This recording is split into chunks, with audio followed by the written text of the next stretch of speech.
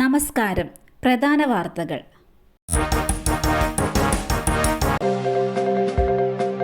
ഷാഫി പറമ്പിലിനെതിരെ വർഗീയ അധിക്ഷേപം. CPM നേതാവിനെതിരെ കേസ്.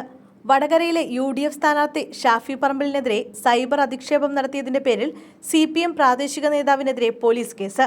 വർഗീയ പ്രചാരണം നടത്തിയെന്ന പരാതിയിൽ DYFI മുൻ സംസ്ഥാന സമിതി അംഗം PK അജീഷിനെതിരെയാണ് പേരാമ്പ്ര പോലീസ് കേസെടുത്തത്.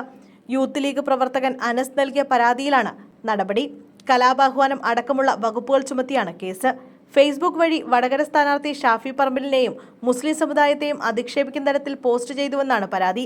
വടകര സ്ഥാനാർത്ഥി ഷാഫി പറമ്പിലിനെയും മുസ്ലിം സമുദായത്തെയും അധിക്ഷേപിക്കുന്ന രീതിയിലുള്ള പോസ്റ്റുകൾ ഇട്ടുകൊണ്ട് സമൂഹത്തിൽ രാഷ്ട്രീയ വിഭാഗങ്ങൾ തമ്മിൽ സ്പർദ്ധയും കലഹവും ഉണ്ടാക്കുന്ന രീതിയിൽ പ്രചരിപ്പിച്ചുവെന്നാണ് FIR-ൽ പറയുന്നത്. വാക്സിൻ എടുത്തിട്ടും രക്ഷയില്ല.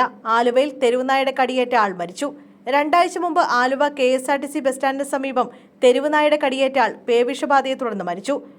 പോളച്ചൻ എന്ന പത്രോസാണ് മരിച്ചത്. 57 വയസ്സായിരുന്നു. ഇന്ന് പുലർച്ചെ എറണാകുളം ഗവൺമെന്റ് ആശുപത്രിയിൽ ചികിത്സയിലിരിക്കെയാണ് മരിച്ചത്. അന്ന് കടിയേറ്റ 13 പേരിൽ ഒരാളാണ് പത്രോസ് എന്ന പോളച്ചൻ. ആലുവ സർക്കാർ ആശുപത്രിയിൽ ശസ്ത്രക്രിയയ്ക്ക് വിധേയനായ പോളച്ചൻ ഡോക്ടറെ കാണാൻ ആശുപത്രിയിലേക്ക് വരുന്ന വഴിയാണ് നായ ആക്രമിച്ചത്. തുടർന്ന് നായ കടിക്കുന്നവർക്ക് സാധാരണ നൽകുന്ന വാക്സിൻ പോളച്ചനും എടുത്തിരുന്നു. പോളച്ചനെയും മറ്റും കടിച്ച നായ്ക്ക് പേവിഷബാധ ഉണ്ടായിരുന്നുവെന്ന് സ്ഥിരീകരിച്ചത് മുതൽ ഭീതിയിലായിരുന്നു കടിയേറ്റവർ. 2 ദിവസം മുമ്പാണ് പോളച്ചന് പേവിഷബാധയുടെ ലക്ഷണങ്ങൾ കണ്ടത്.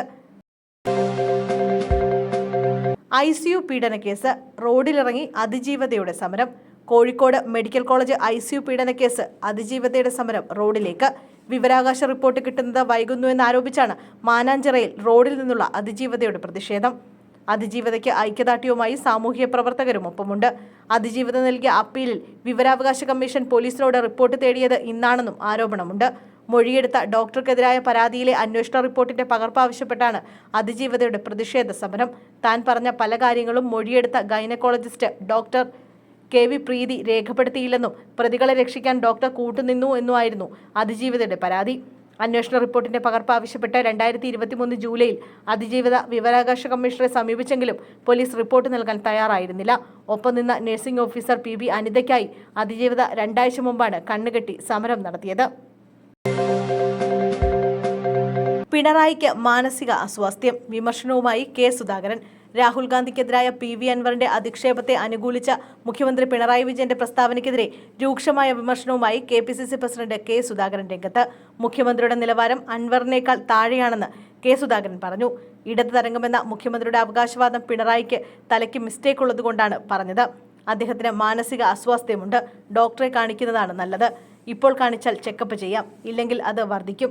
PV അൻവർ നിലവാരമില്ലാതെ സംസാരിക്കുന്ന ആളാണ്. വലിയ രാഷ്ട്രീയ വിവരം ഇല്ലാത്തയാളാണെന്നും അൻവറിൽ നിന്ന് ഇതിനപ്പുറമൊന്നും പ്രതീക്ഷിക്കാനില്ലെന്നും സുധാകരൻ പറഞ്ഞു. അങ്കമാലി നഗരസഭാ കാര്യാലയത്തിന് നേരെ ബോംബ് ഭീഷണി. ഭീഷണിയെ തുടർന്ന് സ്ഥലത്ത് പോലീസ് അന്വേഷണം ആരംഭിച്ചു. ഇന്ന് രാവിലെയാണ് നഗരസഭാ കാര്യാലയത്തിൽ ബോംബ് വെച്ചിട്ടുണ്ടെന്ന ഫോൺ സന്ദേശം പോലീസിന് ലഭിച്ചത്. പിന്നാലെ പോലീസിന്റെ ബോംബ് സ്ക്വാഡും ഡോഗ് സ്ക്വാഡും സ്ഥലത്തെത്തി പരിശോധന നടത്തുകയായിരുന്നു. ഫോൺ സന്ദേശത്തിന്റെ ഉറവിടം കണ്ടെത്താനും ശ്രമം തുടങ്ങിയിട്ടുണ്ട്. സംഭവത്തെക്കുറിച്ച് കൂടുതൽ വിവരങ്ങൾ പോലീസ് പുറത്തുവിട്ടിട്ടില്ല.